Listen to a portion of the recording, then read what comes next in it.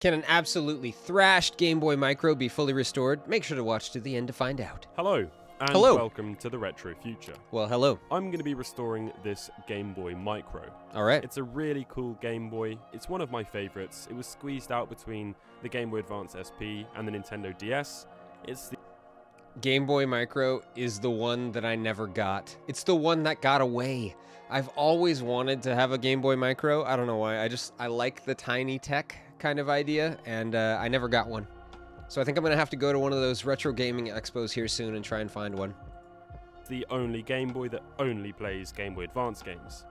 As you can see, this one is absolutely battered. Yes. We're going to need to replace the shell because there's not a lot I'm going to be able to do with this thing.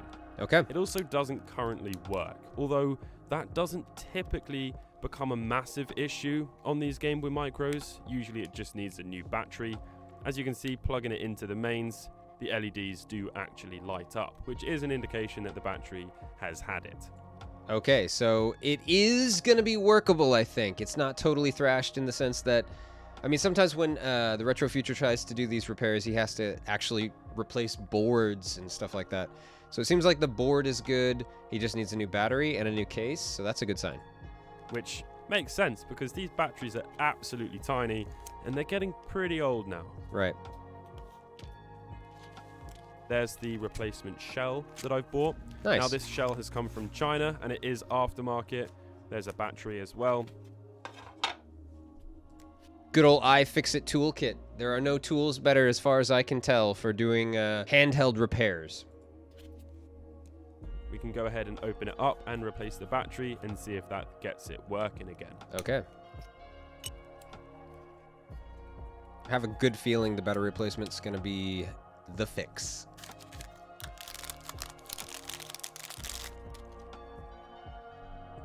What is this, like, techie repair ASMR? Not bad, not bad, Retro Future. If handheld repairs and fun handheld videos doesn't work out for you, you could just do, like, tech ASMR. It's super easy to replace the battery on these things, which is good. Let's see if it gets this one working. And there we have it.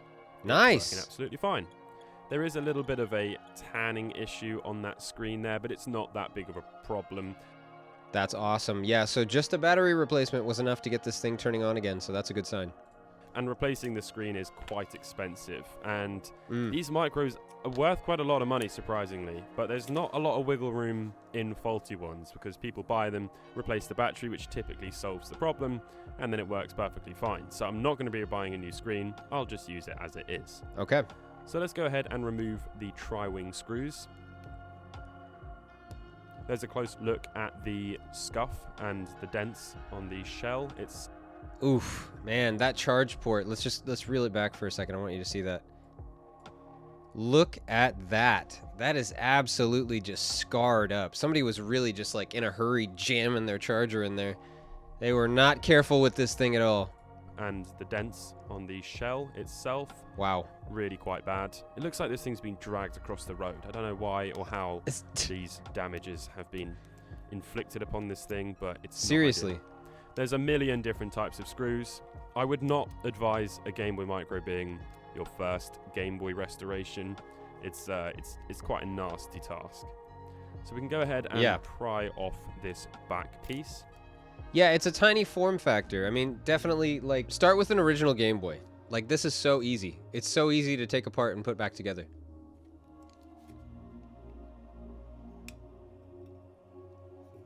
I think every part of this Game Boy shell is like a pressed aluminium or aluminum. Okay. So it is quite flimsy. Everything can get quite badly bent, especially on these aftermarket ones. We'll check that out later. Okay. But you do need to be very, very careful, especially as well with this tab here, these tabs for the faceplate. Yeah, I can tell just as he was tugging at that faceplate, there's definitely some flex there. That would be definitely sketchy to work with. So I can see why he's recommending maybe not work on this as your very first one. It's a small form factor, and then also the shell is like flexing. Seems like it's really easy to break. So like I said, maybe start with an original Game Boy if you can. Honestly, it's such a brittle Game Boy. Like, it's so premium and lovely, especially coming from Nintendo, but it is not the nicest one to work on. Yeah. This sort of skeleton frame piece is like one of the most brittle things I've ever worked on, and the tiny little tabs for the faceplate are on this, and if they break, it's had it. The faceplate won't stick down properly. You'd have to hold it down with double-sided tape. Yeah, that looked like just straight up cheap plastic, the little skeleton piece that he's talking about there. That did not look strong at all. We're going to remove all of the buttons. Again, they're tiny, so look after them. And then we can remove the cartridge shield from the Game Boy as well. Go ahead and slide that out. We'll give it a clean up and pop that back in later on. I gotta say, I just love seeing technology being broken open like this, especially little tiny pieces of tech like this. And just seeing the little boards and all the little, like, the circuitry and stuff. It's so cool. It's like, it's really satisfying to me. Ron?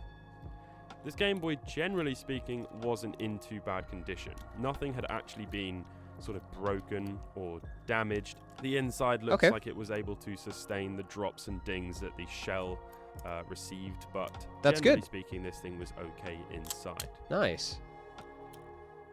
There's the main chip there. We're going to continue to take it apart. I remove the silicon membranes for the buttons and all of the little buttons themselves. These were some of the dirtiest membranes I had ever seen in... Oh! That's absolutely disgusting. Oh, man. Look at the... Oh, you can see, like, little hairs on that and stuff. Oh, man. Oh, and the coloring of it. It just makes me think, like, dead skin cells stuck in there. Oh, man. Yeah, this thing needs a cleaning. Don't even mess around. Deep clean this bad boy. Oh, my gosh. In my life. The speaker protector as well had received a lot of grime, and yeah, so did the buttons. So we definitely need to get this in some hot soapy water and give it all a good scrub. ASAP. Like now. Wow. Okay. So that's pretty much everything taken apart. Let's go ahead and have a look now at the new shell. I'm really curious to see if this one's any good. I did take a look at a couple of these shells a few years ago, so I'm hoping they're going to improve since then. Wouldn't that just be crazy if the new, like, third-party shell is actually a better build quality than the original one that Nintendo had shipped out to people? That would be crazy. But yeah, they're quite expensive as well for what they are, even on places like AliExpress. This one came from Amazon, and I think it cost me around about £50. So It was really not inexpensive at all. Now, it does have Nintendo markings all over it, but they're 100% fake.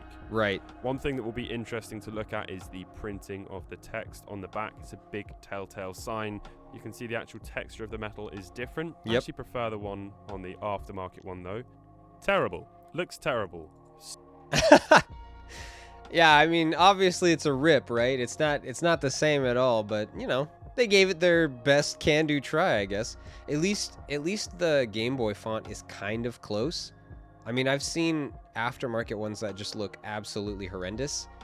Like, it's basically like a italic Comic Sans font. It just doesn't even look right. So this looks okay, but yeah, I mean, it's definitely not the same. So off. Look at the micro text as well. It's just awful. But it doesn't have any dings. You're never going to notice close up. True. I'm only going to be keeping this for my personal collection. If anything, I'll make this the one I actually play on. So let's go ahead now and run some hot water and put some soap in it and give it all a scrub. It really needed this, so I was extremely excited to do this to the shell. Let's get this thing clean. Heck yeah. I'm telling you guys, tech ASMR, the brush sound. Oh, man. You've got a future if these videos don't work out. Retro Future, I'm telling you. I am telling you. That is so satisfying. It's getting off all of those dead skin cells. Now, one of the things that's really important if you give your Game Boys a clean in the sink, or any tech for that matter, is drying everything thoroughly before rebuilding it. I actually left everything out on a windowsill for an hour or two. Yeah, you saw he was going over it with a Q-tip to try and get all the cracks and crevices, and then, like he said, he also left it out for like an hour or two to make sure it's completely dry. That's really smart. Anytime you're working with little tiny tech and you're cleaning it, you don't know if everything's dried up in there for sure. So it's better to play it safe rather than be sorry, you know? To dry out. Once it's all nice and dry, we can start reassembling it. Yeah. Oh, this is gonna look good, I can tell. I'm already feeling it. Oh yes, get that crap off of there. Yes. So everything goes back into place very nicely. Okay. This part is my favorite part. One thing we're going to do as well is quickly clean up the black conductive pad on the back of the rubber membranes, just to make sure that all the button presses are nice and responsive. Good. And we can go ahead and lower those membranes over the buttons and sit them down into place. Nice.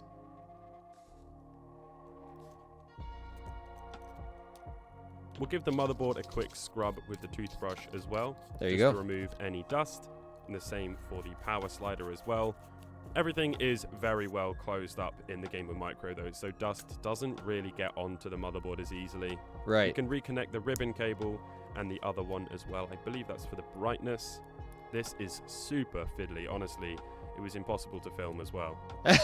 And then we can sit the car. Yeah, he's got the shakes a little bit too as he's recording this. So, but yeah, it's looking really good. I'm happy. It's turning out really awesome. Cartridge shield back down and screw it into place. Nice. I'm starting to get very excited at this point. Despite the shell being aftermarket, it is still gonna look really nice and clean and pretty much brand new when it's all done. Obviously that screen is gonna have a slight bit of tanning to it, but the shell itself really wasn't that bad. And unless you had one side by side, you're not gonna notice the difference in the text font. So we can put that frame piece back in. That's actually going to hold the shoulder buttons in as well. So you have to kind of hold those down and lower the frame into place. And so you got to be really careful then, because shoulder buttons, I don't know if you've ever taken apart, guys, even like a regular Game Boy Advance. If you don't put it together properly, those shoulder buttons are going to be just loosey-goosey in there. You have to really make sure that they go in properly. And so like he's saying, if this skeleton holds those in place, you got to do it really, really carefully to make sure the shoulder buttons are in there right. So when you put it all together, everything's all clicky, nice and snappy, and good to go. And then we can squeeze some buttons in. I probably should have put in earlier. And then eventually we can put the back on. Nice. And then when I went to put the back on, I discovered it didn't fit properly. No! So what was going on? Well, there was a tab up here that was bent upwards. Well, it shouldn't be a problem to bend that back down. No. Oh. No. It just snapped clean off. I hope we don't need that. I don't think we do, but I'm going to continue to put it together anyway. Oh, we'll just bend that right back. Snap. Oh, man. That's got to be frustrating. Right in the middle of your build, you're like almost done. Like, oh, this is just a little out of the way. Okay, we'll just bend that right back. No big deal. Snap. It was almost perfect. It was almost perfect. Oh, that sucks.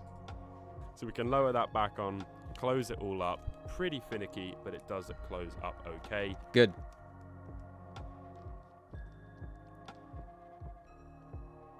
Nice. Once the screws were all in though, we could connect the battery and put the battery cover on and put the final Phillips screw in on the side.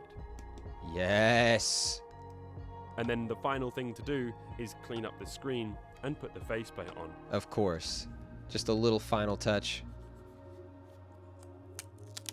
Oh, so clean. So clean. Oh, man. It's beautiful. It's absolutely beautiful. This turned out really nice. That turned out really, really nice. The aftermarket case, I mean, you can't even tell, like you said, unless you had it side by side and you were really, really inspecting those fonts. I mean, it looks clean to me. It looks good. It looks nice. It looks professional.